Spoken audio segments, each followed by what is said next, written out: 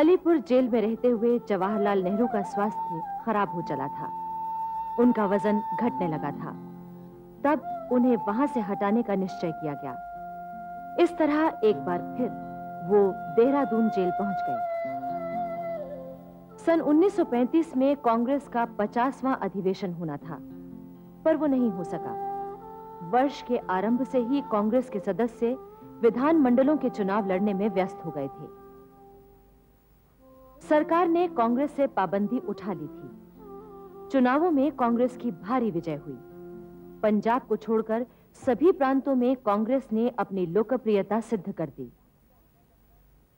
इस बीच 4 सितंबर 1935 को जवाहरलाल नेहरू को रिहा कर दिया गया।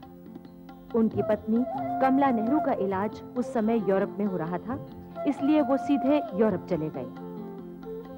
28 दिसंबर 1935 को बंबई में कांग्रेस का स्वर्ण जयंती कार्यक्रम आयोजित किया गया।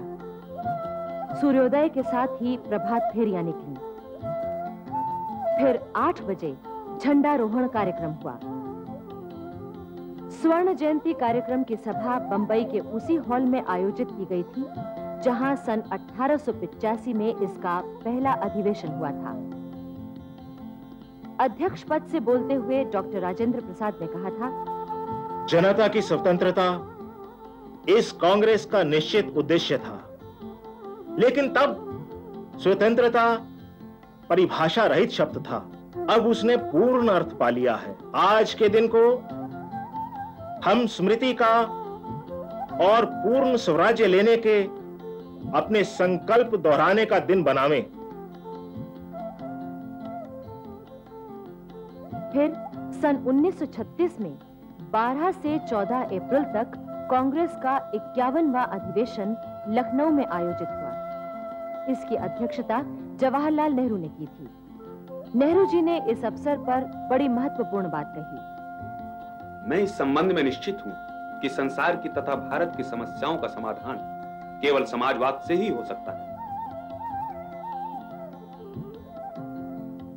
समाजवाद के मामले में हालांकि गांधी जी, नेहरू और जयप्रकाश नारायण में मतभेद था, फिर भी नेहरू जी और जयप्रकाश नारायण एक दूसरे के काफी निकट थे। जयप्रकाश नारायण अपने राजनीतिक जीवन के आरंभ से ही गांधी जी से प्रभावित थे। कांग्रेस के एक कर्मठ कार्यकर्ता के रूप में उन्होंने गांधी जी के आदर्शों को जीवन में उतारा था। जब कांग्रेस में समाजवादी विचारधारा का जन्म हुआ तो जयप्रकाश नारायण उसके समर्थक बने। उनके अंदर पहले से ही समाजवादी चिंतन चल रहा था। आचार्य नरेंद्र देव के संपर्क में आने पर उनके इन विचारों को अधिक अभिव्यक्ति मिली। बिहार में जब आचार्य नरेंद्र देव की अध्यक्षता में समाजवादी सोशलिस्ट पार्टी का गठन कांग्रेस के अंदर ही हुआ तो जयप्रकाश उस समय प्रमुख विचारकों में से थे। उन्हें इस पार्टी का संगठन मंत्री बनाया गया था। संगठन मंत्री के रूप में जयप्रकाश नारायण ने पूरे देश का दौरा किया और सभी प्रमुख प्रांतों में पार्टी की शाखाएं स्थापित की। इसके बाद कांग्रेस समाजवादी दल का केंद्रीय कार्यालय बनारस में रखा गया। प्रधानमंत्री के रूप में जयप्रकाश नारायण ने आचार्य नरेंद्र देव के साथ इस पार्टी का सफलतापूर्वक संचालन शुरू किया। अप्रैल 1935 में लॉर्ड विलिंगडन का कार्यकाल समाप्त हुआ और उनकी जगह लॉर्ड लिनलिथ को भारत के वायसराय बनकर आए। लॉर्ड लिनलिथ को भारत से काफी परिचित थे। वो इससे पहले कृषि आयोग के अध्यक्ष बनकर आए थे और उन्होंने यहाँ की समस्याओं से परिचय प्राप्त किया था। इसी बीच इंडिया एक्ट 1935 लाया गया, जिसमें ब्रिटिश कालीन भारत को 11 प्रांतों में बांटा गया था। ये प्रांत थे मद्रास, बंबई, बंगाल, संयुक्त प्रांत, पंजाब, बिहार, मध्य प्रांत, असम, सरहदी प्रांत, उड़ीसा और सिंध। इस एक्ट के तहत ब्रिटिश सरकार ने भारत की स्वराज्य की मांग तो नहीं स्वीकार की थी, पर शासन व्यवस्था में भारतीयों की भागीदारी को स्वीकार किया गया था। किंतु इस एक्ट का सबसे आपत्तिजनक अंश सांप्रदायिक बंटवारा था। इसके फलस्वरूप मुस्लिम लीग को बढ़ावा मिला, जिसके नेता मोहम्मद अली जिन्ना थे। अंग्रेज चाहते थे कि इस तरह फूट डालने से ये लोग कमजोर पड़ जाएंगे, लेकिन अनेक मुस्लिम नेता कांग्रेस के साथ थे और वो देश में एकता बनाए रखना चाहते थे। इनमें मौलाना अबुल कलाम आजाद की प्रमुख भूमिका थी। मौलाना आजाद का सार्वजनिक जीवन 1909 में उनके पिता की मृत्यु के बाद शुरू हो चुका था। तब वो अपने पिता की ही तरह लोगों को मुस्लिम धर्म की शिक्षा दीक्षा देते थे। उसी दौरान मौलाना आजाद को लगा कि देश की राजनीतिक स्वाधीनता की लड़ाई में हिंदुस्तान के मुसलमानों को पूरा सहयोग देना चाहिए। इसके लिए जनमत तैयार करना चाहिए और इसके लिए एक पत्रिका का होना बहुत जरूरी है। इसी विचार से प्रेरित होकर उन्होंने जून 1912 में कलकत्ते से अल हिलाल पत्रिका का पहला अंक प्रकाशित किया। अल हिलाल बड़ी जल्दी लोकप्रिय हो गया और ब्रिटिश सरकार भी बेचैन हो उठी। सरकार ने 2000 रुपए की जमानत मांगी ताकि अल हिलाल की आवाज धीमी पड़ जाए, पर ऐसा नहीं हुआ। अल हिलाल ने जनसाधारण में एक नई क्रांतिकारी हलचल पैदा कर दी। आखिर सन 1915 में ब्रिटिश सरकार ने अल हिलाल छापेखाने पर कब्जा कर लिया और प्रकाशन बंद हो गया। सन 1916 में मौलाना आजाद ने अल बाग नाम से एक नया अखबार शुरू किया, पर ब्रिटिश हुकूमत ने उसे भी बंद करा दिया और मौलाना आजाद को कलकत्ता छोड़ने पर मजबूर कर दिया। पंजाब, दिल्ली, उत्तर प्रदेश और बंबई में भी मौलाना आजाद के प्रवेश पर रोक लगा दी गई थी। मजबूर होकर वो बिहार गए और रांची में रहने लगे। रांची में उन्हें सरकार ने नजरबंद कर दिया और 6 महीने तक वो कैद रहे। नजरबंदी के समय में मौलाना आजाद ने 2 महत्वपूर्ण पुस्तकों की रचना की। गुबारे खातिर में उन्होंने अपने जीवन के संस्मरण लिखे। दूसरी पुस्तक कुरान शरीफ पर लिखी टिप्पणी थी, जो मौलाना आजाद की धार्मिक और दार्शनिक विद्वत्ता का परिचय देती है।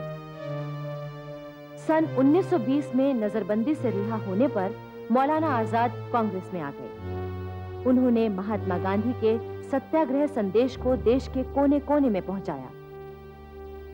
मौलाना आजाद भाषण कला में इतने निपुण थे कि उसके फलस्वरूप देश के शहरों और गांवों की मुस्लिम जनता के दिल में आजादी के प्रति जबरदस्त चेतना पैदा हुई। सन 1921 में अन्य कांग्रेसी नेताओं के साथ मौलाना आजाद को भी गिरफ्तार किया गया। उन्हें 1 साल की सजा दी गई, लेकिन उस वक्त अदालत में उन्होंने जो बयान दिया था वो आज भी उनके राष्ट्र प्रेम और विद्वता की मिसाल है।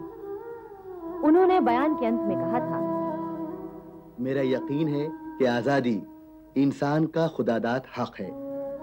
गुलामी की जंजीरों के लिए चाहे जितने खूबसूरत अल्फाज दिए जाएं, फिर भी गुलामी तो गुलामी है और वो खुदा व कुदरत के कानून के खिलाफ है।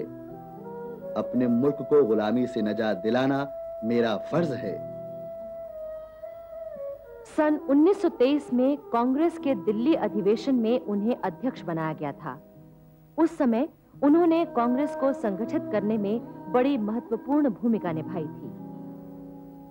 सन 1930 में कांग्रेस अध्यक्ष जवाहरलाल नेहरू की गिरफ्तारी पर मौलाना आजाद को अध्यक्ष नामजद किया गया, पर कुछ ही समय में उन्हें भी गिरफ्तार कर लिया गया था। मौलाना आजाद जहां गांधी जी के अनुयायी थे, वहीं उनकी राष्ट्रीयता खरे सोने की तरह जगमगाती थी।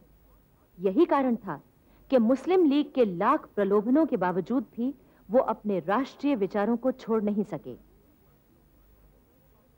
सन 1937 के चुनावों में कांग्रेस की जीत हुई और मुस्लिम लीग को विशेष सफलता नहीं मिली। हालांकि मुस्लिम लीग भारत के मुसलमानों का प्रतिनिधित्व करने वाली एकमात्र संस्था होने का दावा नहीं कर सकती थी, पर उसके कट्टर नेता पीछे हटने वाले नहीं थे। इन नेताओं में मोहम्मद अली जिन्ना प्रमुख थे, जो ये कहते थे कि भारत में लोकतंत्र नहीं होना चाहिए।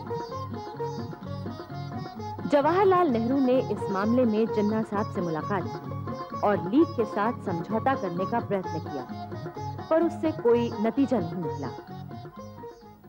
इस समय अंतर्राष्ट्रीय परिस्थिति बड़ी तेजी से बदल रही थी। दूसरे विश्व युद्ध के बादल मंडराने लगे थे। इधर जापान ने चीन पर हमला कर दिया था, उधर एबिसिनिया और स्पेन में युद्ध जारी था। भारतीयों की सहानुभूति प्रगतिशील शक्तियों के साथ थी, इसलिए कलकत्ते में कांग्रेस कमेटी की मीटिंग में जापानी हमले की निंदा की गई। 19 जनवरी 1938 को बारदोली के निकट हरिपुरा ग्राम में सुभाष चंद्र बोस के सभापतित्व में कांग्रेस का अधिवेशन शुरू हुआ। सुभाष चंद्र बोस कुछ ही दिन पहले जेल से छूटे थे। उन्होंने अपने भाषण में चेतावनी दी कि विश्व युद्ध का खतरा नजदीक ही है। सुभाष चंद्र बोस अब तक एक स्वतंत्र और साहसी नेता के रूप में उभर कर आ चुके थे। नवयुवकों, मजदूरों और किसानों ने हृदय से उन्हें अपना नेता मान लिया था। यही कारण था कि कांग्रेस की सदस्यता में भी 9 गुनी वृद्धि हुई। सुभाष चंद्र बोस ने भरसक प्रयत्न किया कि जिन्ना साहब से सुलह हो जाए और सारा राष्ट्र एक हो जाए। उन्होंने जिन्ना को विश्वास दिलाया कि वो मुसलमानों के हितों के प्रति उसी प्रकार सजग और सावधान है जिस तरह दूसरों के लिए। कांग्रेस हिंदुओं का नहीं, सारे देश का विचार मंच है। लेकिन जिन्ना ने अनेक झूठे दावों और आरोपों द्वारा यही सिद्ध किया कि कांग्रेस हिंदुओं की और मुस्लिम लीग मुसलमानों की संस्था है। सुभाष चंद्र बोस के लाख प्रयत्नों के बावजूद भी जिन्ना अपने इरादों से टस से मस नहीं हुए। जब सुभाष चंद्र बोस चटगांव के दौरे पर गए तो मुस्लिम लीग के समर्थकों ने उन पर पथराव किया। उन्हें मामूली चोटें आईं। फिर भी उन्होंने जनता से यही अपील की कि वो धैर्य और आत्मसंयम का परिचय दें। घृणा को इसी तरह दूर किया जा सकता है। किंतु इसके उत्तर में मुस्लिम लीग ने घृणा और भेदभाव की दीवार ही खड़ी की। सन 1939 में त्रिपुरी में कांग्रेस अधिवेशन के अध्यक्ष पद के लिए सर्वसम्मति से निर्णय नहीं हो सका और सुभाष चंद्र बोस तथा पट्टाभी सीतारामैया के बीच चुनाव हुआ। पट्टाभी सीतारामैया को गांधी जी का समर्थन प्राप्त था। पट्टाभी सीतारामैया ने विद्यार्थी जीवन से ही उच्च आदर्शों का पालन किया और राष्ट्रीयता के गुणों को अपनाया। सन 1907 में बंबई के कांग्रेस अधिवेशन में उन्होंने स्वदेशी आंदोलन के बारे में भाषण दिया तो उससे कांग्रेस के सभी नेता बहुत प्रभावित हुए। फिर वो कांग्रेस के सभी अधिवेशनों में भाग लेने लगे। आंध्र प्रदेश में कांग्रेस का प्रचार करने में पट्टाभी सीतारामैया ने महत्वपूर्ण भूमिका निभाई। हिंदू मुस्लिम एकता के लिए भी वो बराबर प्रयत्न करते रहे। डॉक्टर पट्टाभी सीतारामैया कांग्रेस के सर्वप्रथम इतिहासकार माने जाते हैं। 1935 में कांग्रेस की स्वर्ण जयंती के अवसर पर कांग्रेस के इतिहास का महान ग्रंथ उन्होंने कांग्रेस अध्यक्ष को भेंट किया। उस ग्रंथ के प्रकाशित होने पर न केवल 10,000 प्रतियां हाथों हाथ बिक गईं, बल्कि हिंदी, उर्दू, मराठी, उड़िया, तेलुगु, कन्नड़ और मलयालम भाषाओं में उसका अनुवाद भी हुआ। सन 1939 की त्रिपुरी कांग्रेस में अध्यक्ष पद के चुनाव में पट्टाभी सीतारामैया को 1,376 मत मिले, जबकि सुभाष चंद्र बोस को 1,575 मत मिले।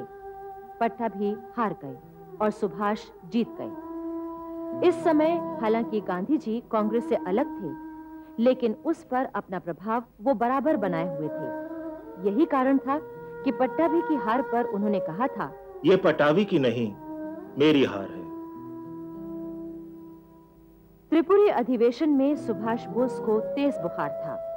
उन्हें स्ट्रेचर पर लाया गया था और अधिवेशन की कार्रवाई इसी तरह चलाई गई। किंतु अधिवेशन में सुभाष समर्थक और गांधी समर्थक दल खुलकर सामने आ गए। सुभाष बोस की जय के नारे लगे। इससे गांधी समर्थक दल को बड़ी निराशा हुई। गांधी जी ने पट्टाभी की हार से यहां तक कह दिया, कांग्रेस अब भ्रष्ट संगठन हो गया है। अब मुझे जरा भी संदेह नहीं है कि कांग्रेस के लोग उन सिद्धांतों और नीतियों को नहीं मानते हैं जिनका मैं समर्थन करता हूं।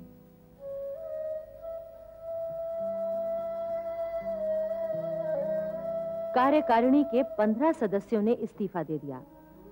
सुभाष चंद्र बोस ने मतभेद दूर करने और स्थिति स्पष्ट करने के इरादे से गांधी, जवाहर, कृपलानी आदि अनेक नेताओं को पत्र लिखे, लेकिन उससे कोई लाभ नहीं हुआ।